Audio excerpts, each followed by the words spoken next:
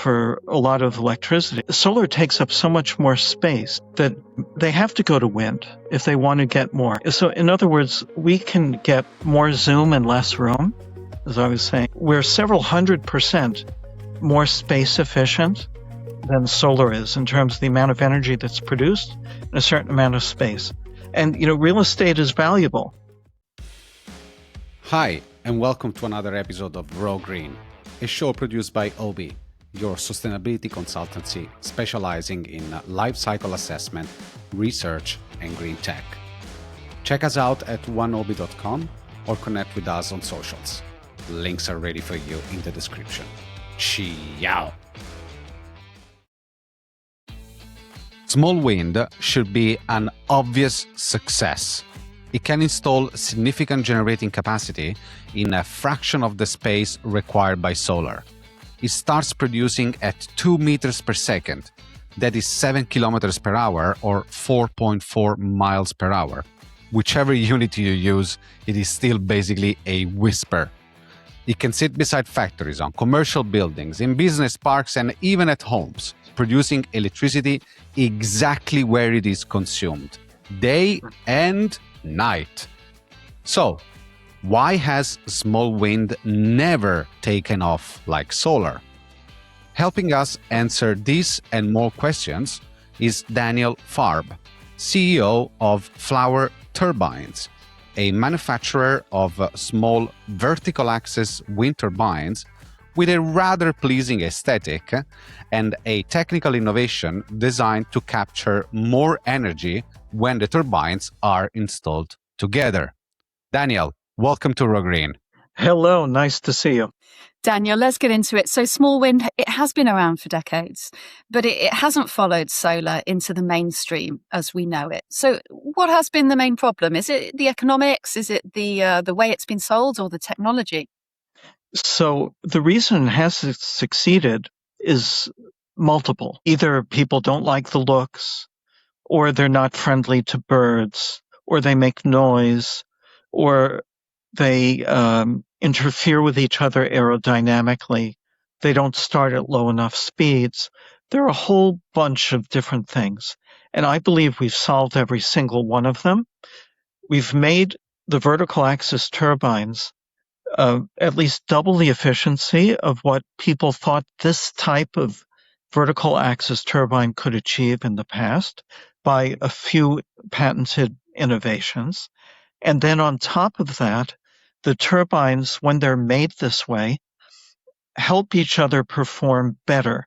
We like to call it more zoom and less room through the bouquet effect. The bouquet effect means that you put them close together. Each one that you add to the group makes the whole group perform better. Just like when you give a bouquet of flowers, it looks better than just bringing a single one, right? So it's both space effective and cost effective in a way that it hasn't been before. So I'd say that's why they haven't succeeded. There have been horizontal axis wind turbines. Those sometimes have been useful in rural settings for a farmer that needs electricity in the middle of a field, and he doesn't care about the noise or the flicker or anything else. And probably if he's growing wheat or something like that, he's glad to kill the birds. It might come and eat up the seeds, but we don't want to kill birds, and birds actually love our turbines. We took a survey, and 10 out of 10 said that flower turbines are better than any other ones they know of. You interviewed birds. Sorry, I missed a part here. Yes. 10 out of 10 birds are happy. 10 out of 10 birds survived Love the survey. You've talked about their vertical axis. So these are more like a sort of a cylinder that spins, and you've actually got a few different designs in your bouquet effect to give them sort of different aesthetics and things. But just describe how you came about those designs and what they are trying to do both aesthetically and technically. So it took a little while to develop the design we have now, and it went through stages. We did a number of simulations. I always had the idea that I wanted the turbines to look like flowers so that we would solve the a whole issue of aesthetics. And we tried different types. Some looked like they were in a flower pot. And we found this after a combination of building some and simulating some to get the best combination of efficiency and aesthetics at the same time. And give me an idea on size, Daniel.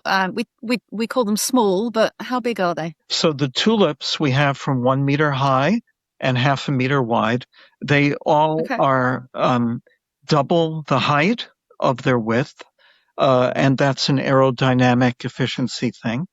So we have 1 meter, 2 meter, 3 meter, and 5 meter tulips, and we have the same kind of aerodynamic design in a more industrial kind of look for our aluminum power towers, and those go up to 8 meter blades, and they're made in modules of 1 meter each, so that people can choose how many they want to have on a particular base. Is clearly the most cost efficient, but it gives choice to people. Yes.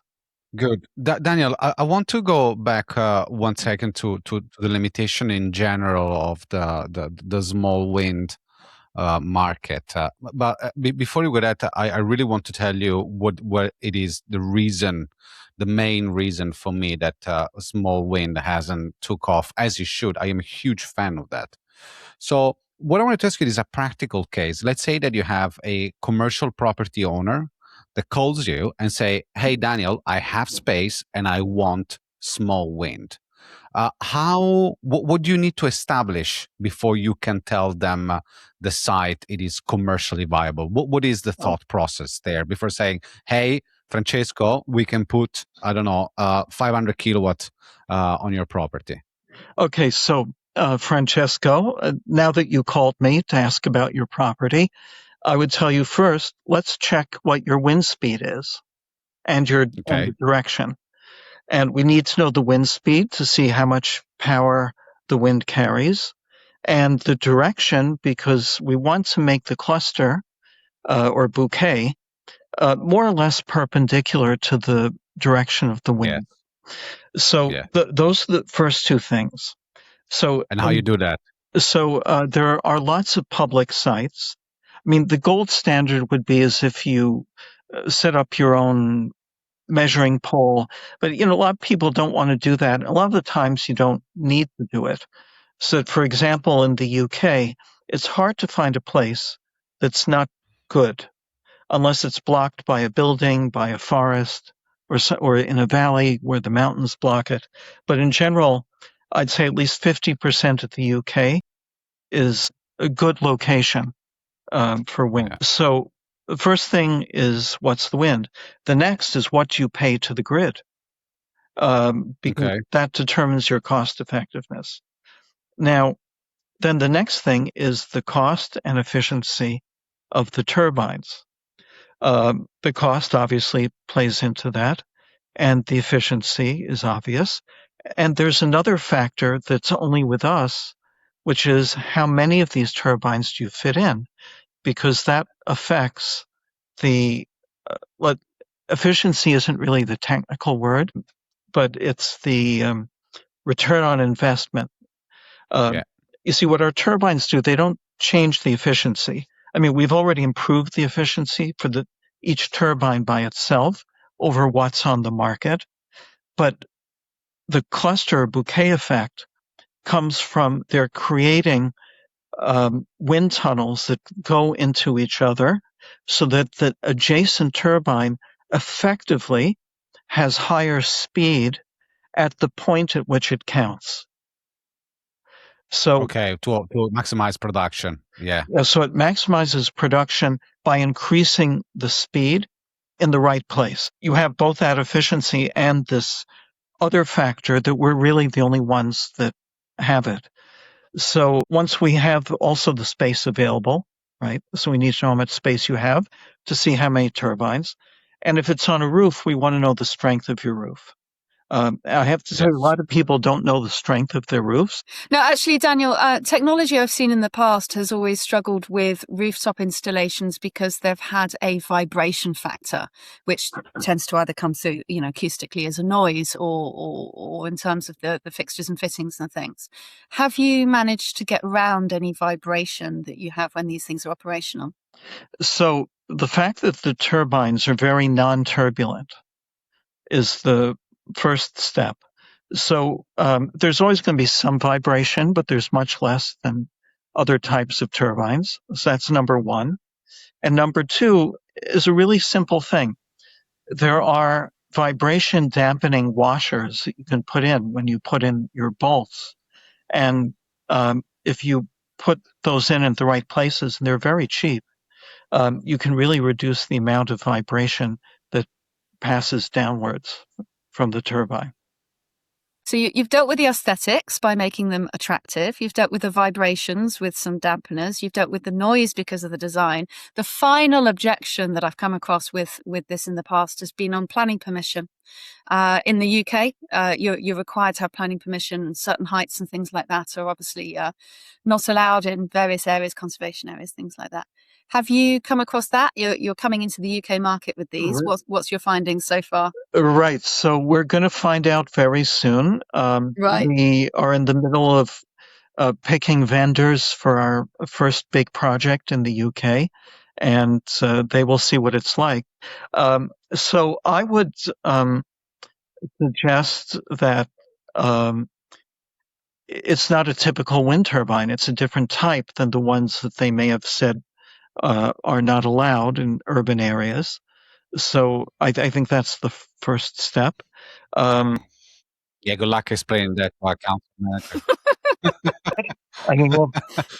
Good luck explaining that to a council manager. They don't care that much. And I would say, if you want to be really creative, you say we're putting in works of art that happen to produce energy.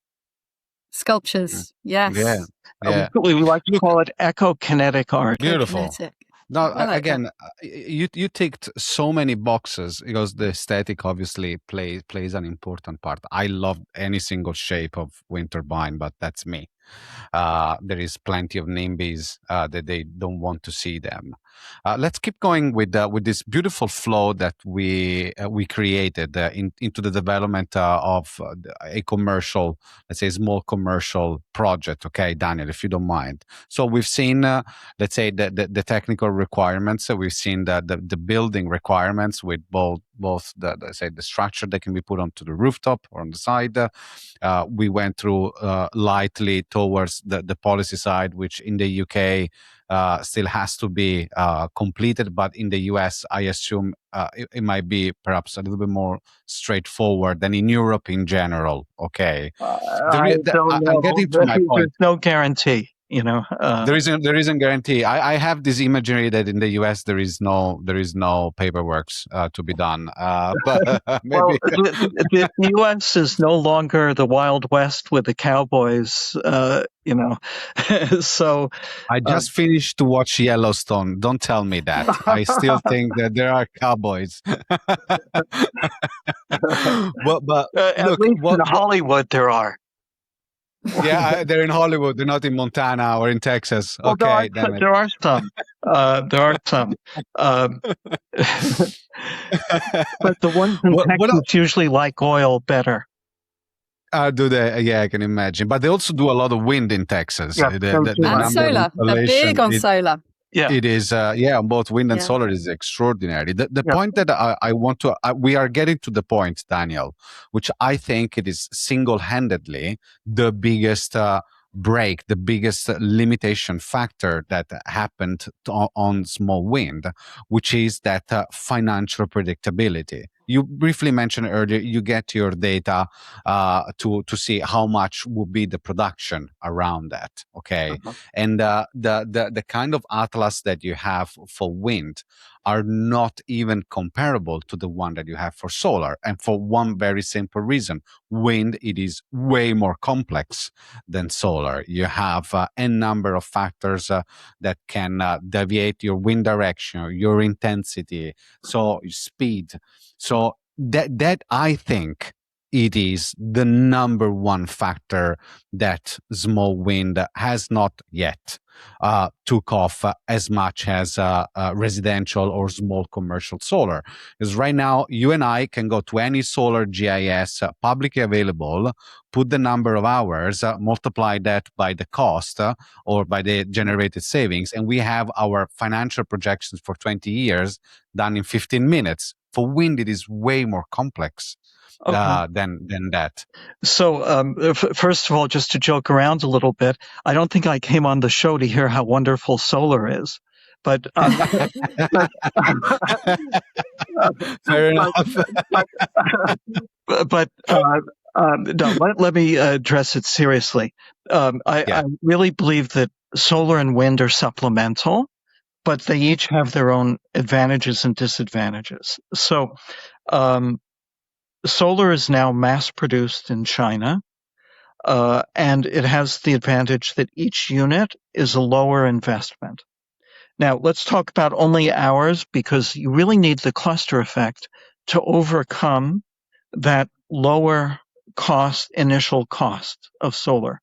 So when you start getting to around 10 of our bigger ones in a windy area is when we start to become more or less cost equivalent with solar. Above 10, we start to become more and more competitive with solar, and maybe even better. Again, depending a place like the UK where there isn't that much sun, for sure it starts happening around 10. So that would be like the magic figure for our biggest models on the ground, and maybe 20 for our models on the roof.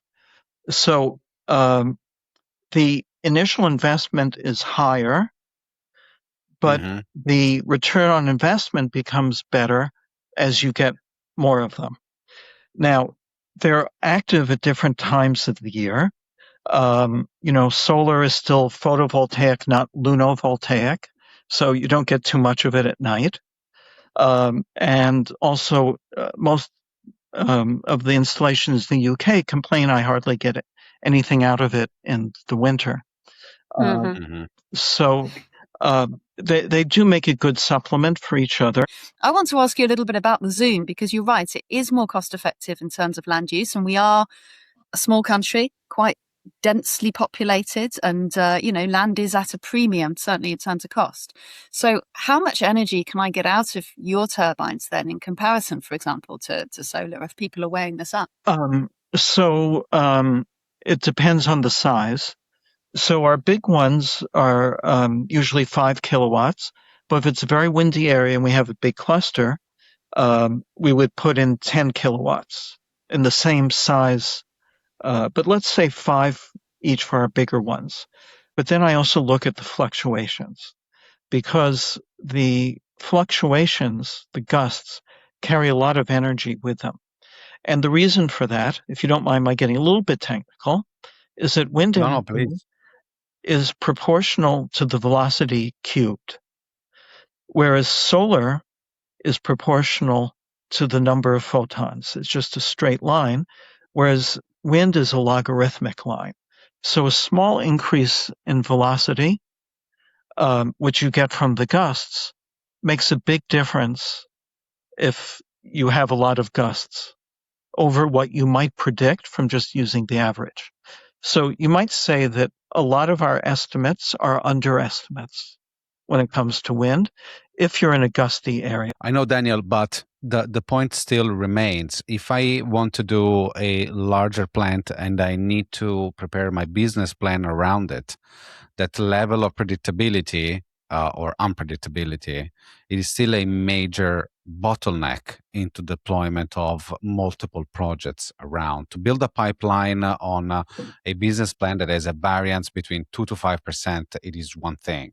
To do one that has a variance between 2 to 50%, it is another, or maybe even 20%, it is another. So that I think, in my, let's say, thoughts, it is the biggest limitation that we have on small wind. Because on large wind, you put an anemometer tower for 2 years, you get your raw data, and then you get those analyzed, and you have a higher degree. But you cannot spend those project costs onto a, let's say, 500 kilowatt or lower size project. So that, I think it is that data availability. I think it is the major contributor factor that is stopping the deployment on the mass and large deployment of small wind. So I'm not sure that's what's holding it back. I think it's the other factors I mentioned. They're holding it back. Also when you look at wind speeds over the course of 1 year compared to the next year, they're pretty stable. It's just that a certain day may not. And that's no different from solar. You never know when it's going to be cloudy. You do know the seasons, and you also know that with wind, there's usually more wind in the winter.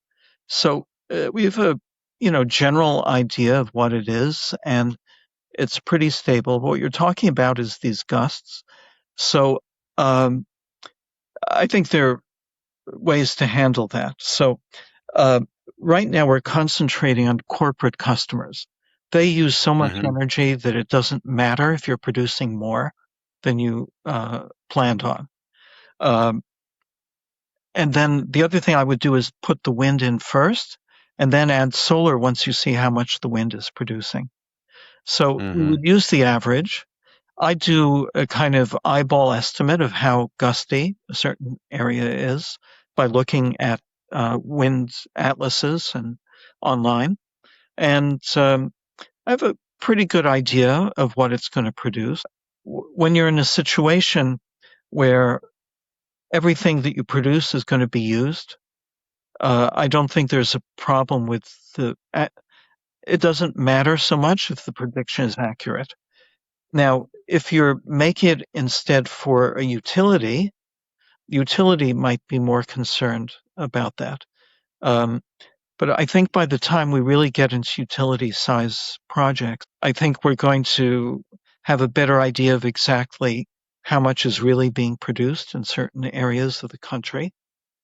It doesn't necessarily have to be a utility scale, Daniel. I think the biggest opportunities right now for any source of renewables, actually, no, sorry, let me rephrase that. For solar and wind are in non-utility size projects, because we know all the situation in the grids all around the world. They are absolutely under an immense amount of pressure, constraint, bottlenecks, yada, yada, yada. But the point is, there are so many opportunities for commercial projects like the one that you guys are working here in the UK, you're first in the UK, where you have local councils, parking space, supermarkets, highways, all those areas where you can do your project by 100 kilowatt to 500 kilowatt. Doesn't require grid connection for self-consumption. Just for self-consumption, so you avoid that grid connection. That, I think, it is the huge opportunity. That's exactly what we're aiming for. And that, but if I am the council of whatever county in the UK, I do want to know what is going to. If I invest, I hire a team with an APC contractor. I want to use flower turbines. What is going to be my IRR? That's it at the end. So, okay. So if you're, again, as I said, it depends on number of turbines, your wind speed, all of that.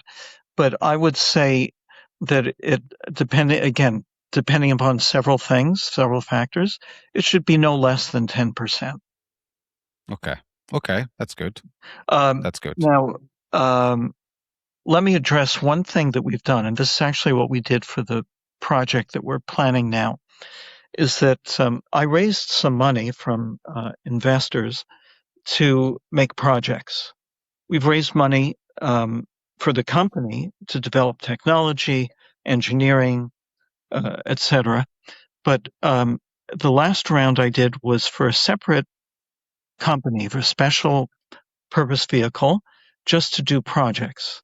And the idea is that then we can go to a company and we sell them electricity after the installation that we completely pay for, and we sell them electricity at less than what they're paying. So it's zero investment, with a return on investment. So it's great for them.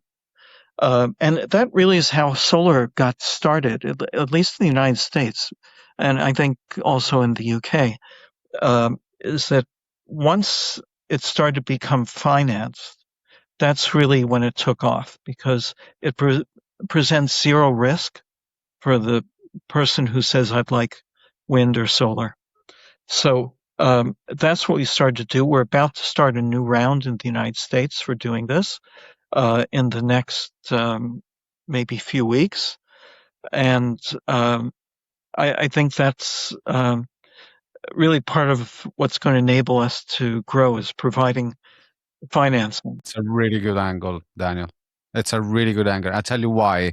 From a technical standpoint, when I study at any technology and I see heating as a service, electricity as a service, transmission as a service, to me, that means that you know your stuff really well. You're happy to put skin in the game, to put capital risk on top of your mouth. So it is a reassuring factor. I'm disappointed, though, to be honest, Daniel. I see the business model. I'm sure it makes perfect sense, and becoming a provider in that way does obviously is going to pay the bills, clearly.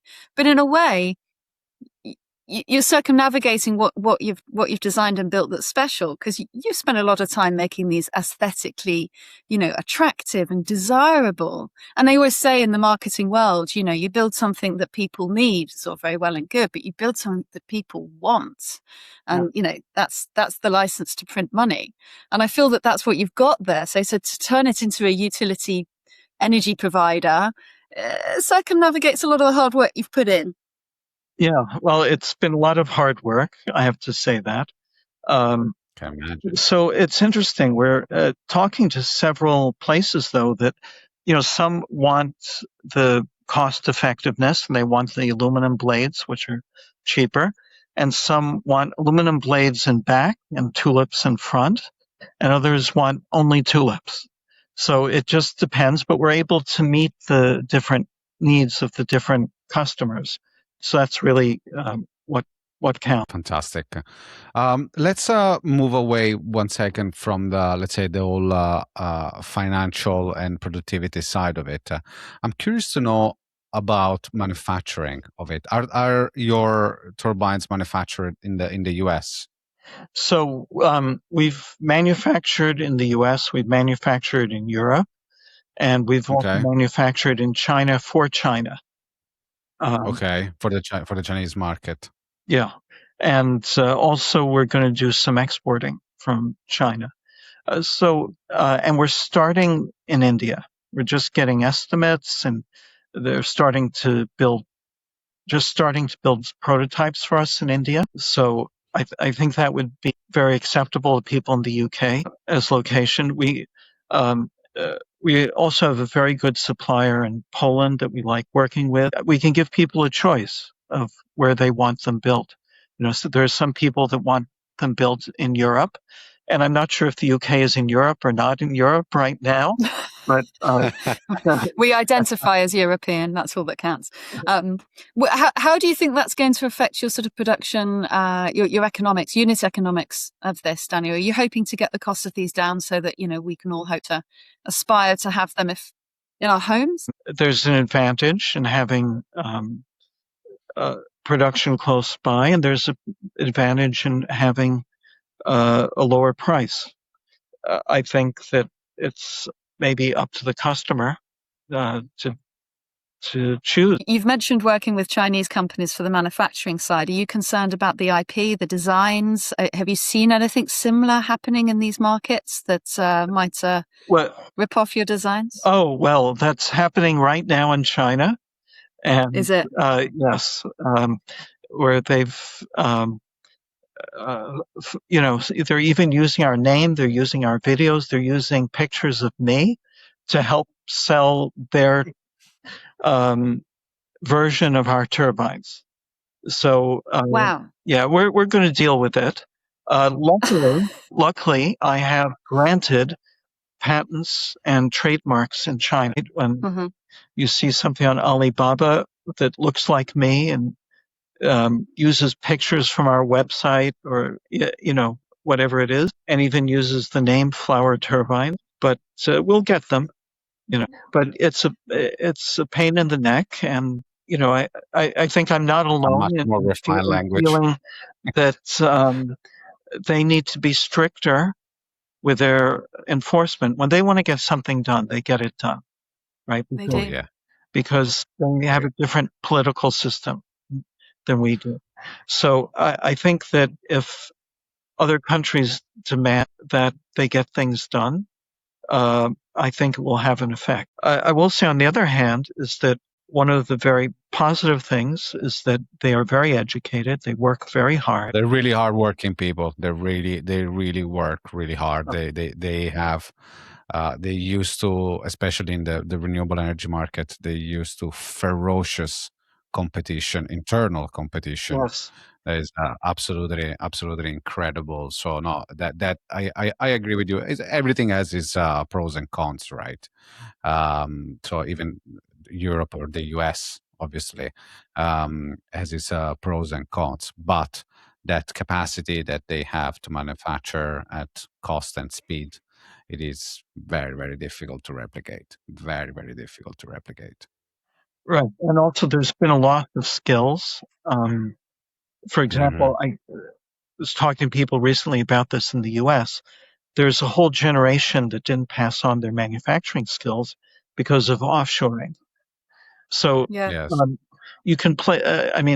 I wish Mr. Trump were listening to this. You can place all the tariffs you want, but if you don't have the people that are going to step in and increase the manufacturing, On the it's not skills. going to Yeah. make a difference. So So true. that's part of the problem, is that if you want to accomplish that, I assume it's somewhat similar in the UK. I assume a similar dynamic.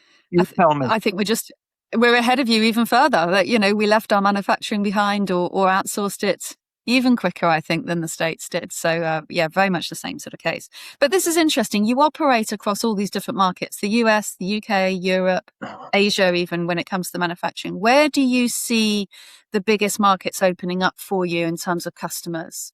Well, and those that can get on board. And I want to follow up with the question is, what can the UK do to stay sort of competitive in that space to enable this technology to be deployed?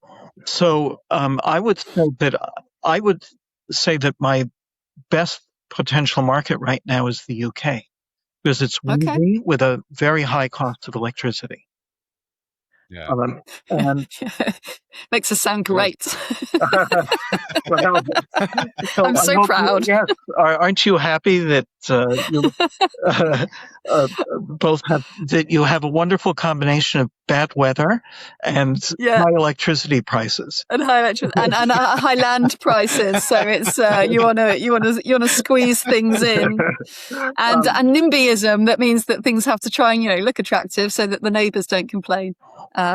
In all senses, yeah, it was wonderful. So, and also Europe is very determined to, become less dependent on oil and other sources. So, the United States is currently going through a stage where the government is not encouraging clean energy. I think that on the one hand, they cut off a lot of subsidies for renewable energy in the U.S., but most people don't know they left small wind in. Did they? Yeah, but most people don't know that. So that's why we haven't been getting so many inquiries from the U.S. as we have from Europe and the U.K. I get my staff schedules calls from me every week, and I'd say I get one from the U.S. for every 5 I get from Europe or the UK. Wow. So, but I'm interested. Do you think that was an oversight or intentional? So I think it's because there's a different level of interest. People are interested and they understand the climate issue, I think, better than the United States does. So the way I'd say it, there's the cultural issue. Europe has a higher population density. They've used a lot of the resources that have been around for hundreds of years. the United States has a big open frontier, big houses, big cars, lots of oil, and they haven't yet adapted culturally to the idea of shortage. Mhm. That's a very good point. Yeah. So going back to your Yellowstone, they have a ton of land out there, They do. Uh, You want to give it up. Yeah. yeah. They're very jealous of it. But look, it is. I agree with you 101%. The UK and Europe, for anything regarding clean energy, they are few years ahead with the rest of the world. I can say the same with Asia. Asia right now, it is incredibly focused. There are fantastic technologies coming out from Asia as well, but it is incredibly focused more on the regulatory side of it, which was what's happening in Europe 10 years ago. So it is all cycles, but it's nice to hear that you see the same thing happening here. I'd like to mention that another, just kind of funny, another market that's where they have a lot of interest is Ukraine, but they don't want to pay for anything. Okay. Well, I'm not Either they want surprised. to pay very little, or they want the EU to pay for it. Sure, but they'll be making them themselves soon enough as well. I'm not gonna. If anyone's got manufacturing capabilities right now, it's Ukraine. Yes, it is. Look, Daniel, thank you very much for this really pleasant conversation. If it were for me, I would like to see any small wind vertical axis turbine every 10 meters on roads, rooftops, car parks. Seriously, it is a missed opportunity. It'd be good to see a little bit more push also at policy level. We haven't talked about that much. Small wind has never had the same level of push at policy level that solar or other renewables had in the past. So there's also that needs to be acknowledged around that. In the meantime, I thank you for being on Raw Green, and looking forward to catch up again soon. Great, thank you. It was fun for me. Thank you, Daniel. Thanks for listening to this episode of Raw Green. If you made it this far, you probably enjoyed it. So don't forget to hit subscribe and follow our podcast. It's an awesome way to support our community.